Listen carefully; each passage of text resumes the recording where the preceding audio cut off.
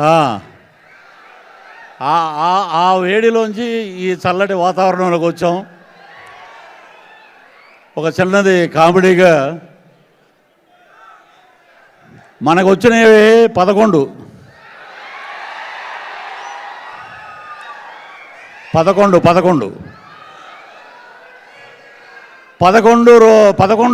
ఎంత అంటే 22. మరి ఈ రకంగా చిరంజీవి గారి బర్త్డే వచ్చింది. మాకు 11 వచ్చిన ఇంకో 11 కలుపుకుంటే అన్నయ్య గారి బర్త్డే. వారు ఆయురారోగ్యాలతో అద్భుతంగా ఉండాలని జగన్మోహన్ రెడ్డి గారు కోరుకుంటారు.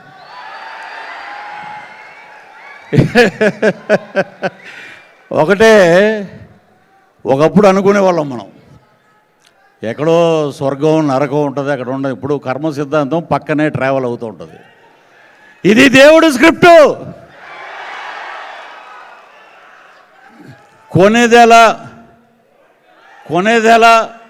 కొనిదెల చిరంజీవి గారు, కొనిదెల శివశంకర్ వరప్రసాద్, మెగాస్టార్ చిరంజీవి గారు.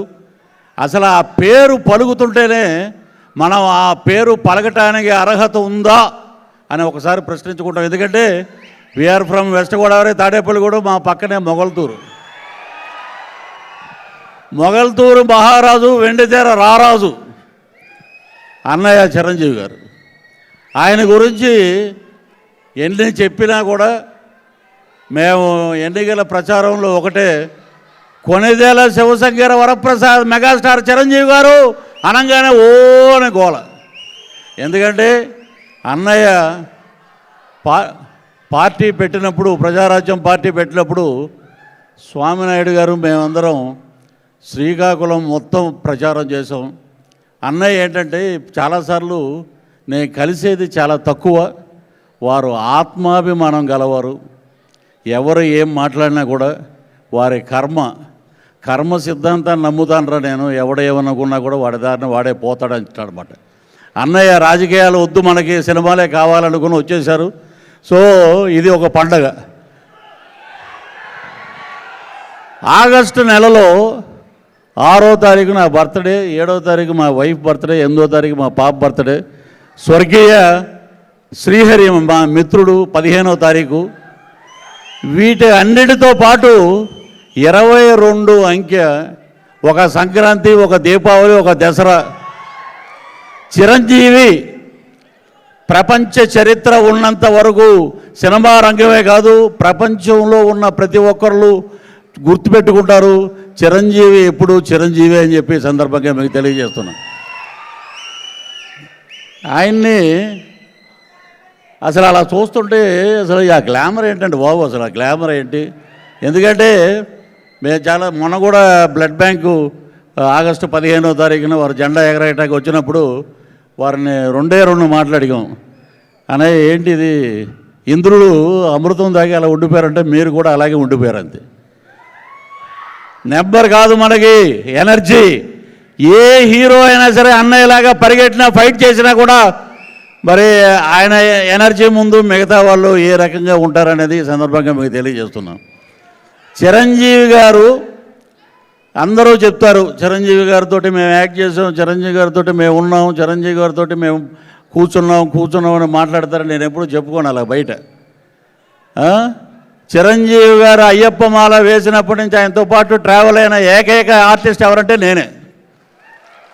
చాలా సందర్భాల్లో స్వర్గీయ డాక్టర్ ఎం ప్రభాకర్ రెడ్డి గారు, చిరంజీవి గారు వెళ్తే వారితో పాటు నేను వెళ్ళి దూరం నుంచి అక్కడి నుంచి ఆయన ఎక్కుతుంటే ఆయన చూసి ఆనందపడేవాళ్ళం. ఒకటే ఖైదీ నెంబర్ 786 ఫంక్షన్ జరిగితే మా తాడేపల్లిగూడెంలో డిస్ట్రిబ్యూటర్ని పట్టుకుని ఒక్కసారి ఒక ఫోటో దిగాలయ్యా గురువుగారితో అని చెప్పి ఒక ఫోటో దిగి, అలాగే ఆ పద్మ విభూషణ్ వచ్చినప్పుడు ఆయన ఇంటి దగ్గర వెళ్ళినప్పుడు ఆ ఫోటో చూసి ఈ ఫోటో ఆ ఫోటో పక్కన పెట్టి చూస్తే ఆయన అసలు మనం ఎవరెస్ట్ కాదు కదా, అంతకన్నా మహోన్నతమైన శిఖర స్థాయిలో ఉన్నటువంటి వ్యక్తి చిరంజీవి గారు అని చెప్పి సందర్భంగా తెలియజేస్తున్నాం. అటువంటి చిరంజీవి గారి ఇంట్లో బ్రహ్మ విష్ణు మహేశ్వరుడు నాగబాబు గారు భీష్ముడైతే, మా Konidela Pawan Kalyan deputy CM of Andhra Pradesh, Janasena party అధ్యక్షులు ఆంధ్రప్రదేశ్ డిప్యూటీ సీఎం కొణిదెల పవన్ కళ్యాణ్ గారు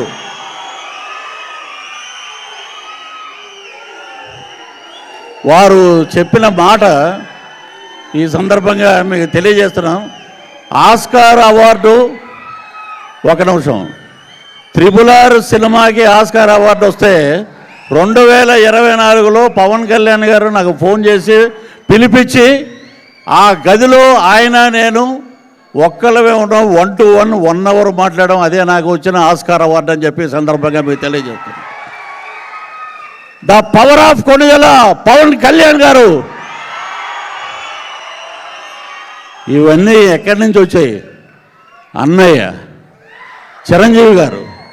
ఆ చిరంజీవి గారికి వచ్చి ఆయన పాదాభివందనం చేస్తుంటే నిజంగా కళ్ళు చెమర్చే ప్రపంచంలో ఉన్న ప్రతి తెలుగువాడు గర్వపడే విధంగా అన్నదమ్ములు ఉన్నారంటే ఈరోజు భీష్ముడి పాత్ర పోషిస్తున్న నాగబాబు గారు. కానీ నాకు కోవిడ్ వచ్చినప్పుడు అప్పట్లో మరి చిప్పు మామూలుగా మరి మాట్లాడవచ్చో లేదో తెలియదు.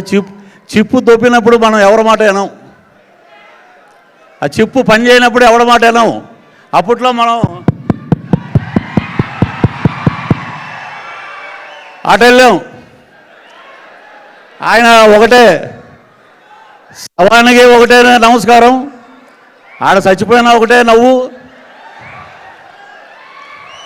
అంటుంటాడు. రేపొద్దున్న ఏమంటారంటే ఇంతమంది మెగా అభిమానులు ఇక్కడ ఉన్నారు, చిరంజీవి గారి అభిమానులు, వీరందరూ నవ్వుతున్నారు, రాష్ట్రపతి పరిపాలన పెట్టేయండి అంటాడు ఆయన. ఆయన మాటలకి లెక్క ఉండదు. సో అన్నయ్య ఆయన చూస్తే నిజంగా శాంతం, ఉగ్ర నరసింహుడు, కానీ శాంతంగా ఉంటాడు ఆయన. ఆయన కోపం వస్తే సప్త సముద్రాలు కూడా ఆయన ఆపలేవు. ఆ పరాక్రమం, ఆ శౌర్యం డిప్యూటీ సీఎం పవన్ కళ్యాణ్ గారికి వచ్చింది. ఒకటే ఆయన మాట్లాడిన మాట ఒకటే, పృథ్వీ గారు మీరు 2020 నుంచి జనసేన సిద్ధాంతాలను తీసుకెళ్తున్నారు,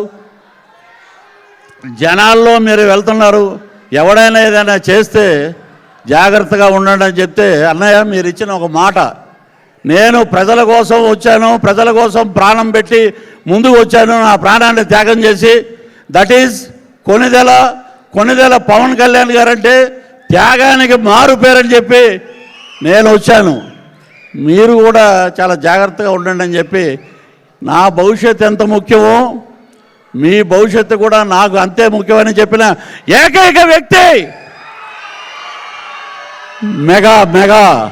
మెగా మాటలు మంచు కొండల్లా ఉంటాయి.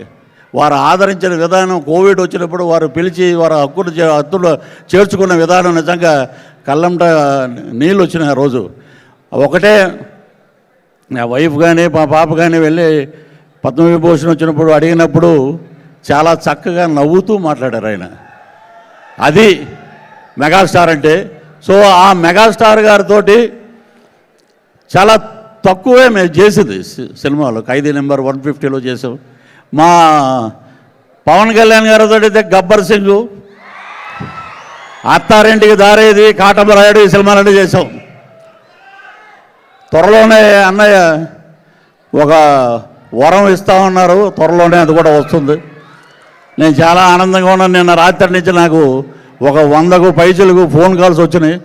అదేంటనేది రేపు చిరంజీవి గారి బర్త్డే సందర్భంగా నాకు వచ్చిన గిఫ్ట్ అది.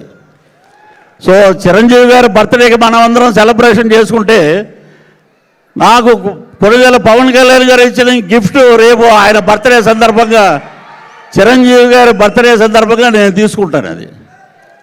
సో ఇంతటి మెగా ఫ్యామిలీ మధ్యలో మనం ఉండటం నిజంగా మా అదృష్టం, నా అదృష్టంగా భావిస్తున్నాను.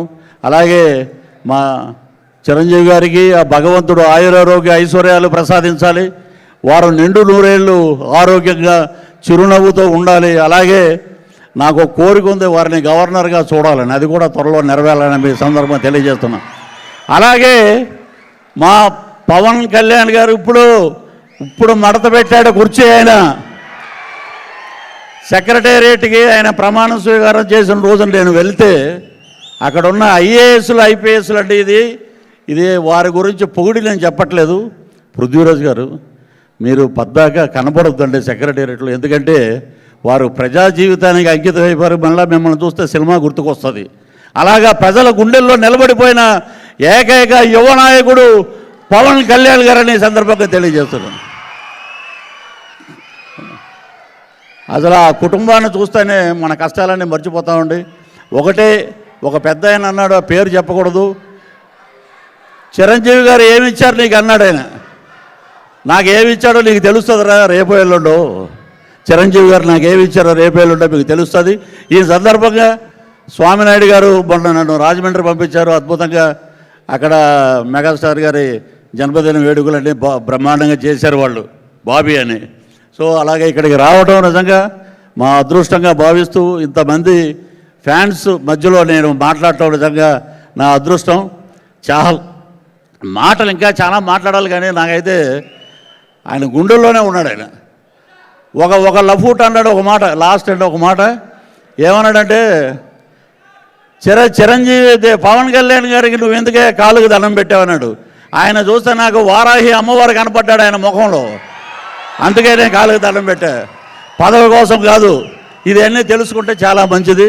ఈ అవకాశం ఇచ్చినటువంటి స్వామినాయుడు గారికి, ఇతరత్ర పెద్దలందరికీ నమస్కరిస్తూ, జై చిరంజీవ, హ్యాపీ బర్త్డే అన్నయ్య.